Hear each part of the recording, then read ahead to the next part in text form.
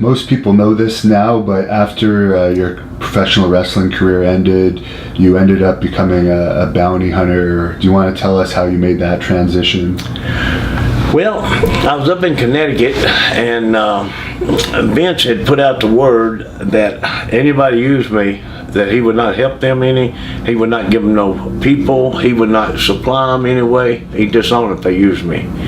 So I figured, I'm gonna have to do something here. So I worked overseas a lot and everything, and a guy that I knew come to me and said, "David, you want to be a bounty hunter? Man, they're begging for people to be a bounty hunter. They got so many people here that's wanted by the bonding companies and the law, rearrest warrants," and I knew nothing about it. But he said, "If you want, I'll introduce you to some of the bondsmen." So he introduced me to one, and they had a motorcycle guy that was supposed to be real bad, and nobody wanted to go get him, and I was gonna make good money on him.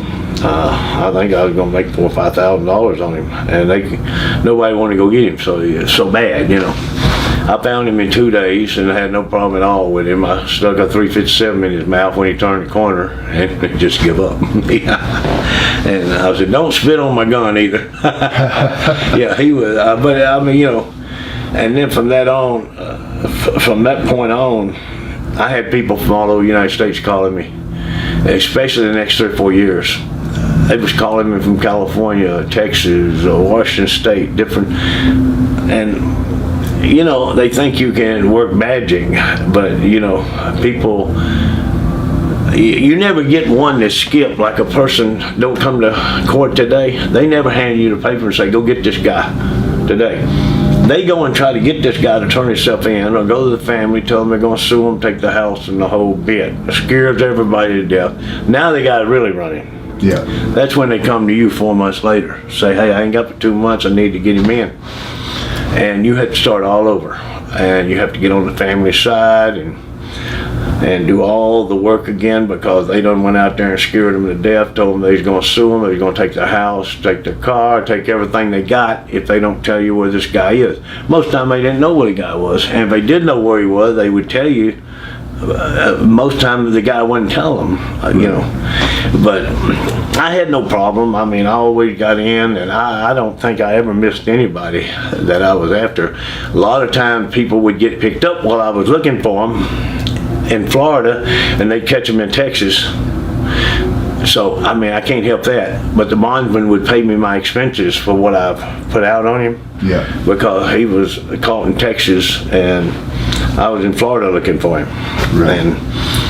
But that didn't happen a whole lot.